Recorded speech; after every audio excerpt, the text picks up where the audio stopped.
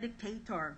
His wife, Christina, a socialite, walked out on him this month after charging adultery. The other woman is reported to be Gigi Gonzalez Reyes, chief of staff of his Senate office and about 30 years his junior, unquote. Christina was reported as saying, quote, in the Chicago Tribune, quote, that she no longer could tolerate his chasing after other women, including domestic helpers, cooks, and assistants.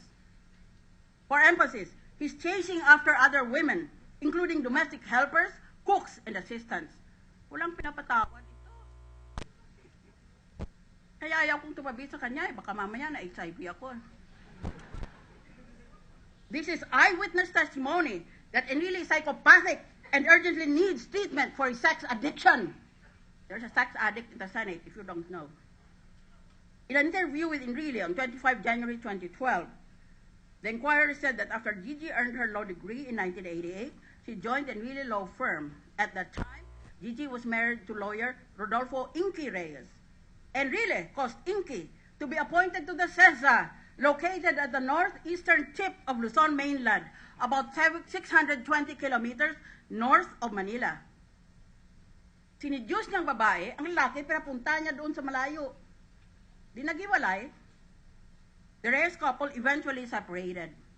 At one point in his glittering career as Senate President, Enrile had the audacity to throw a birthday party at a 5-star Makati hotel for his concubine.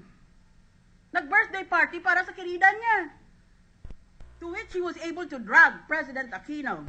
Photos of the decadent party were splashed in the front pages of top newspapers. And this libertine pontificates about morality?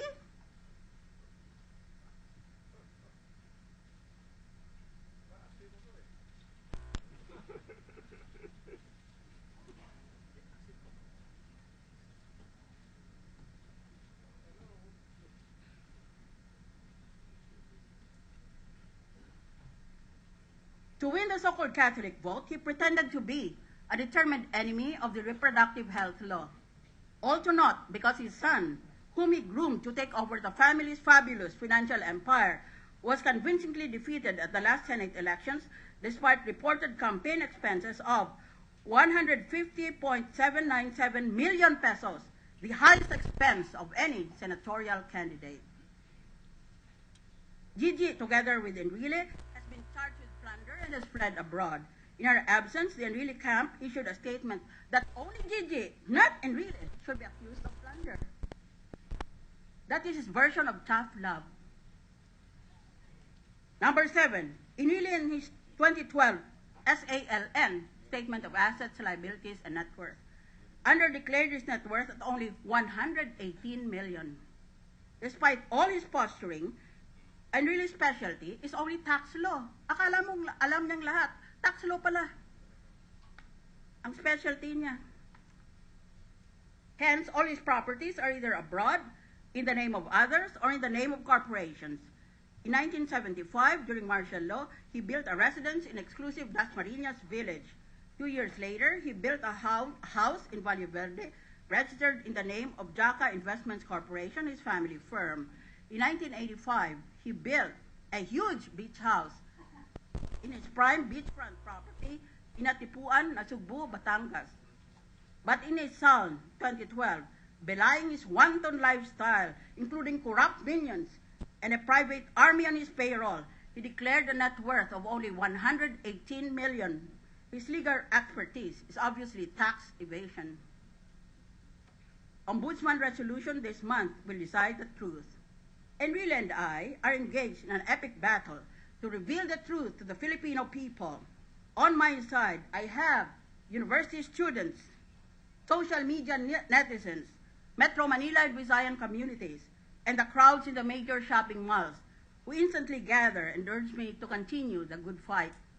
On his side, he has the corrupt journalists in his payroll, corrupt military officials who constitute his private army, his minions in the Customs Bureau and the Internal Revenue Bureau, both of which he used to head and consider to be his fiefdoms, as well as his key appointed officials in local government and the diplomatic service who serve as his sycophantic spies. mag-ingat kayo mga senador, lalo na pag pumunta kayo sa Hong Kong, pag baba nyo ng aeroplano, salubong kayo ng protocol officer, ang isa dyan, espiyan niya. Dating military officer, ngayon protocol officer na. Alam kong pangalan noon. I hope that this clash of titans in the Senate will lead to an Armageddon in Philippine politics. By the end of December, the Ombudsman will resolve whether to dismiss the plunder case or to file a complaint for plunder with the anti-graft court known as Sandigan Bayan. If the Ombudsman files a case in court, Mr. Enrile will automatically be suspended from the Senate by order of the Sandigan Bayan. During trial, he will likely remain in detention because he would have no constitutional right to bail, particularly if the court finds that the evidence of guilt is strong. If convicted, he will be jailed for 30 years, 30, and his ill-gotten wealth, expected to be in the billions, will be forfeited in favor of the state. Because he's over 70 years old, he can plead the mitigating circumstance of age in order to lower the sentence. Also, because of his age, he can apply for executive clemency. But it is not true that his advanced age exempts him from criminal liability. He has to pay for his sins unless he turns state witness and rats on Senator Jinggoy Estrada, Senator Bong Revilla, and his other co-accused in the plunder case. After his poisonous personal attacks against me, Enrile expects that I shall be cowed into silence by usual bluff and bluster. That is not going to happen. Now, Enrile should get real. In Cagayan, it is said, I purposely direct myself to my student audience. In Cagayan, it is said that when Enrile was a baby, his mother dropped him on his head. Nahulog na sanggol. Tumama ang ulo sa sahig, kaya ganyan yung taong yan.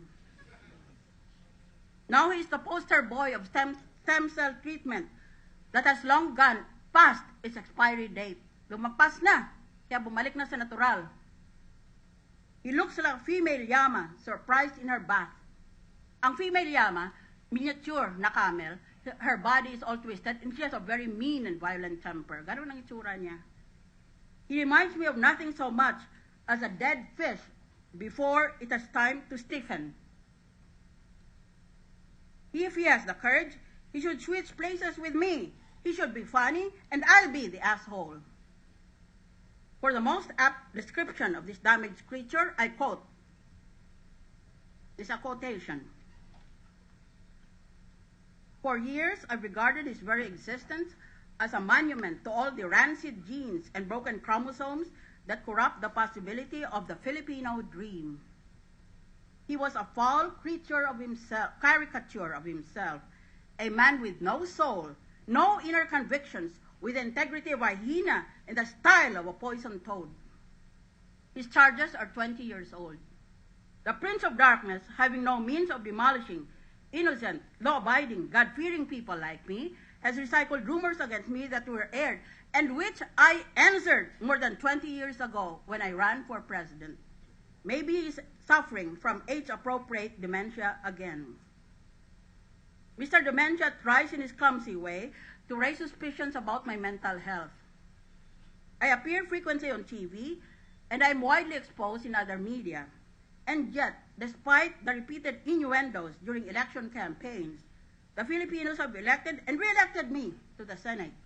Most recently, I was elected by the UN General Assembly to be judge of the International Criminal Court.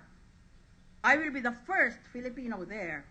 I was elected #1 judge, a tribute to my country, and the result of a demanding schedule of lectures by me and questions from the audience at separate gatherings of UN delegates grouped in geographical order.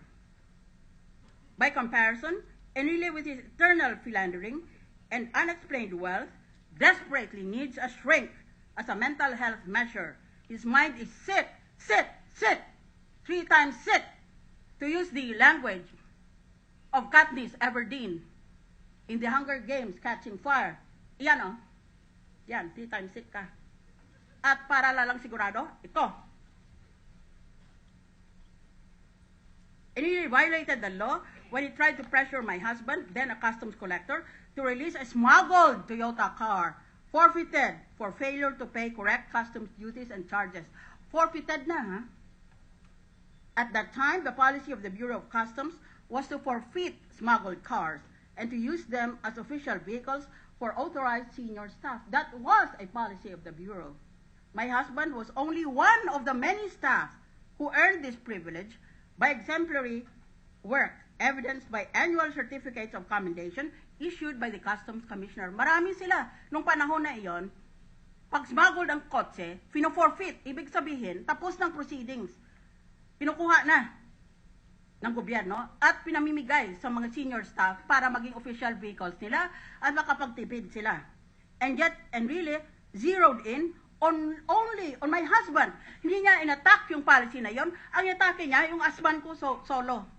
Hindi naman mag-isa siyang nakatanggap ng Toyota eh. At Toyota pa man din. Enrile kept threatening to oppose my confirmation as Agrarian Reform Secretary unless my husband released the smuggled car to the smuggler. Kaya nag-abogado pala para sa smuggler. As a former Customs Commissioner, Enrile wanted to